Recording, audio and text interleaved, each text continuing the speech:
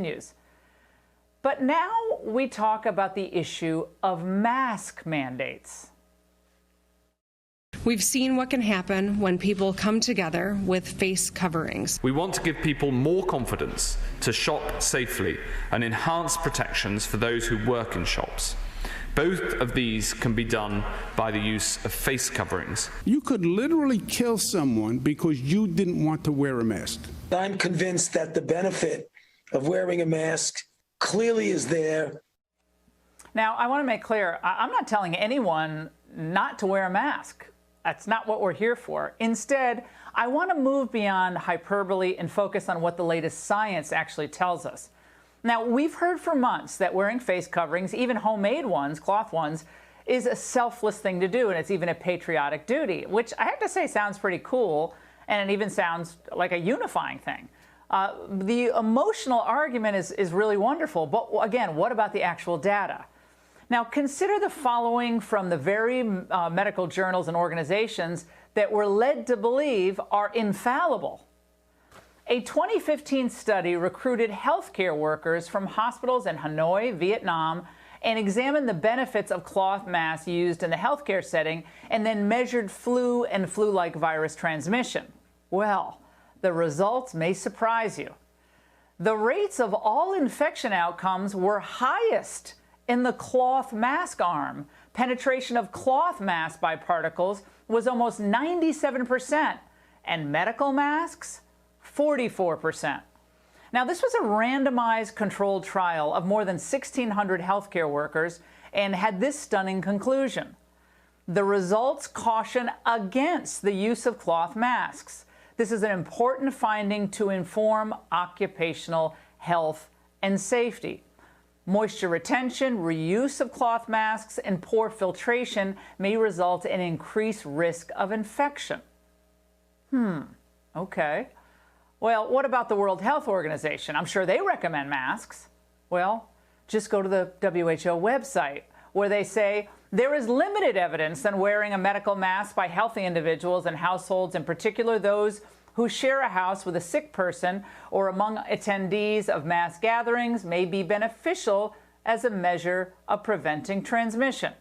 At present, there is no direct evidence on the effectiveness of universal masking of healthy people in the community to prevent infection with respiratory viruses, including COVID-19.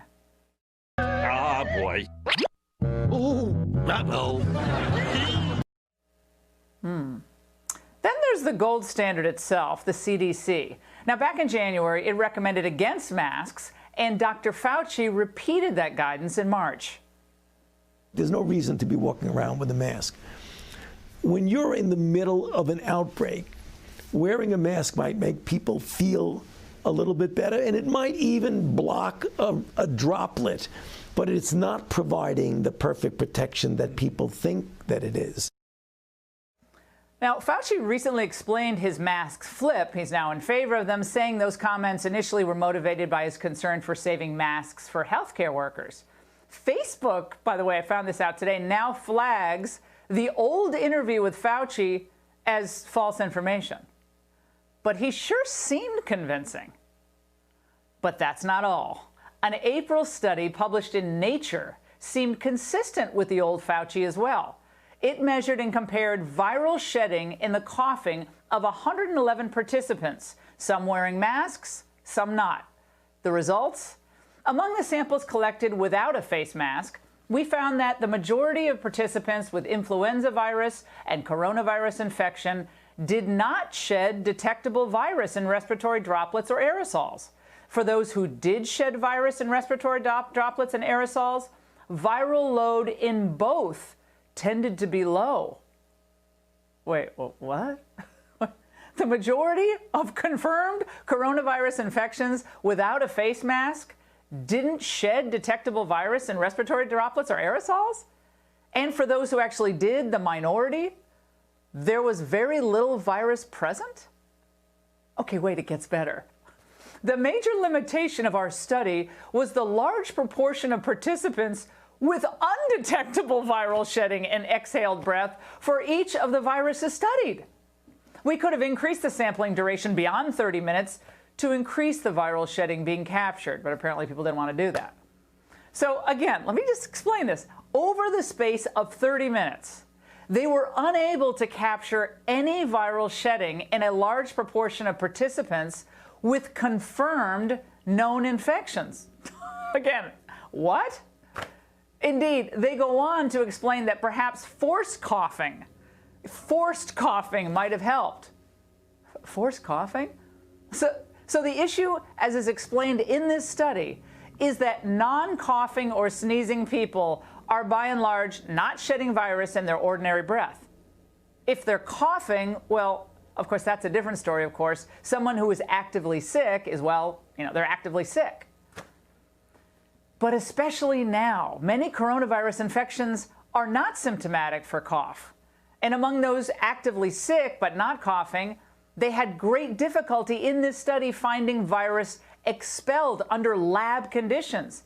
And in lab conditions has extremely sensitive equipment. Again, these are people who were actively sick and had a fever.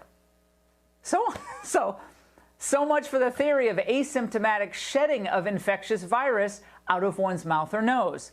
By the way, the entire premise on which the mask mandates are predicated. Do you see or smell or hear a problem here? There's conflicting information, scientific findings on mask use. And masks on kids? Well, it's hard to see how any of that should be the new normal, given reported low levels of infectivity and infectiousness of children. Again, I'm not discouraging anyone from wearing a mask, but the world is full of experts who got big issues wrong, isn't it? Before Americans are forced to accept new restrictions on their freedoms, or even be shamed or even beaten up for not complying with these mandates, shouldn't state legislators hold hearings and discuss the findings that I just brought you tonight? Then they should pass actual laws about masks, social distancing, all of it that can withstand judicial scrutiny. We must insist on all of this. Demand to see all of the science behind the lockdowns, social distancing, and the masks. Otherwise, don't be surprised if you lose your pre-COVID way of life for the rest of your life.